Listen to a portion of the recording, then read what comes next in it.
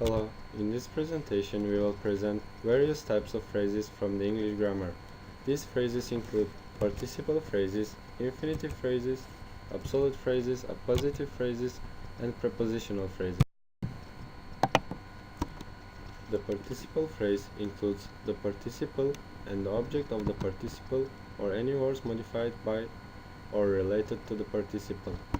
In example, the car sliding out of control toward building will likely hit the window. Sliding modifies the car. The verb is will hit. Another example is the astronaut chosen to ride the space shuttle to Mars is afraid of heights. Chosen describes the astronaut. An infinitive phrase will begin with an infinitive. It will include objects and or modifiers. Here are some examples. To smash a spider and to kick the ball past the dazed goalie. Infinitive phrases can function as nouns, adjectives, or adverbs.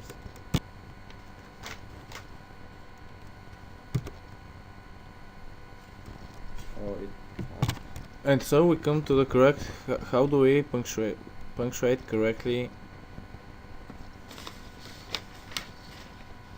infinite phrases. When an infinitive phrase introduces a main clause, we separate the two sentence components with a comma. The pattern looks like this. First we put the infinite phrase, then we separate it with a comma from the main phrase. For example, to avoid burning another bag of popcorn, Brandon pressed his nose against the microwave door, sniffing suspiciously with every breath. When an infinitive phrase breaks the flow of a main clause, we use a comma both before and after the interrupter. So this looks like that. We put the start of the main clause, then we introduce the interrupter with commas both before and after the word, and then we put the remaining part of the main clause.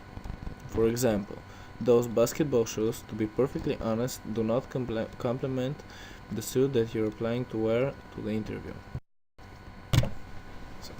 Then we have absolute phrases.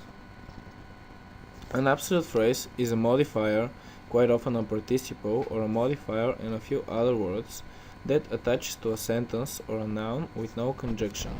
An absolute phrase cannot contain a finite verb, for example, to be or to do. Absolute phrases are optional in sentences. This means that they can be removed without damaging the grammatical integrity of the sentence. And absolute phrases are set off from the sentence with commas. Let's see some examples. First, her determination stronger than ever, Narcissa resolved not to give up until she had achieved her dreams. Or, we finished the hearty meal quickly, our appetite satisfied, our minds at peace. And third example, all things being equal, the active voice tends to be correct more often than the passive on standardized test. As we can see, in every case, the absolute phrase provides some sort of information that works to put the whole sentence idea in a context, even though it is an optional phrase. And as we discussed before, the absolute phrase themselves do not contain any verbs, nor are they connected with the main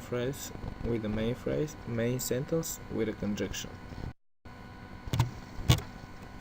Next we have appositive phrases.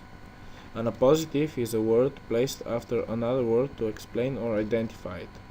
The appositive always appears after the word it explains or identifies. Both the appositive and the word it identifies or explains are a noun or a pronoun. For example, my uncle, a lawyer, is visiting us. So an appositive phrase consists of the appositive and its modifiers, which may themselves be phrased.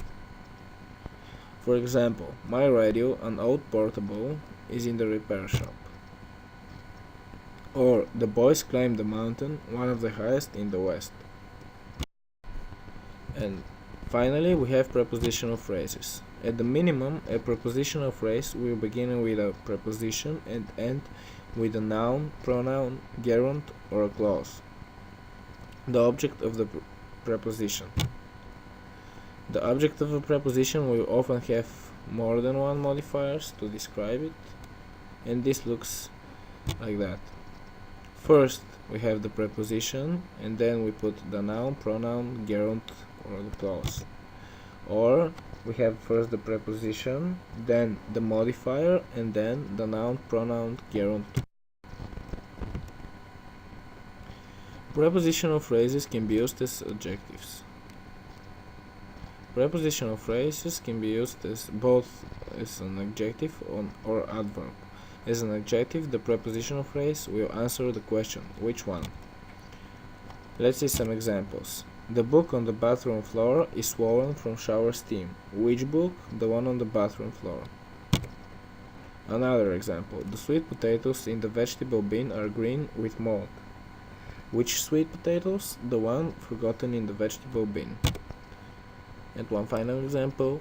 The note from Beverly confessed that she had eaten the leftover pizza. Which note?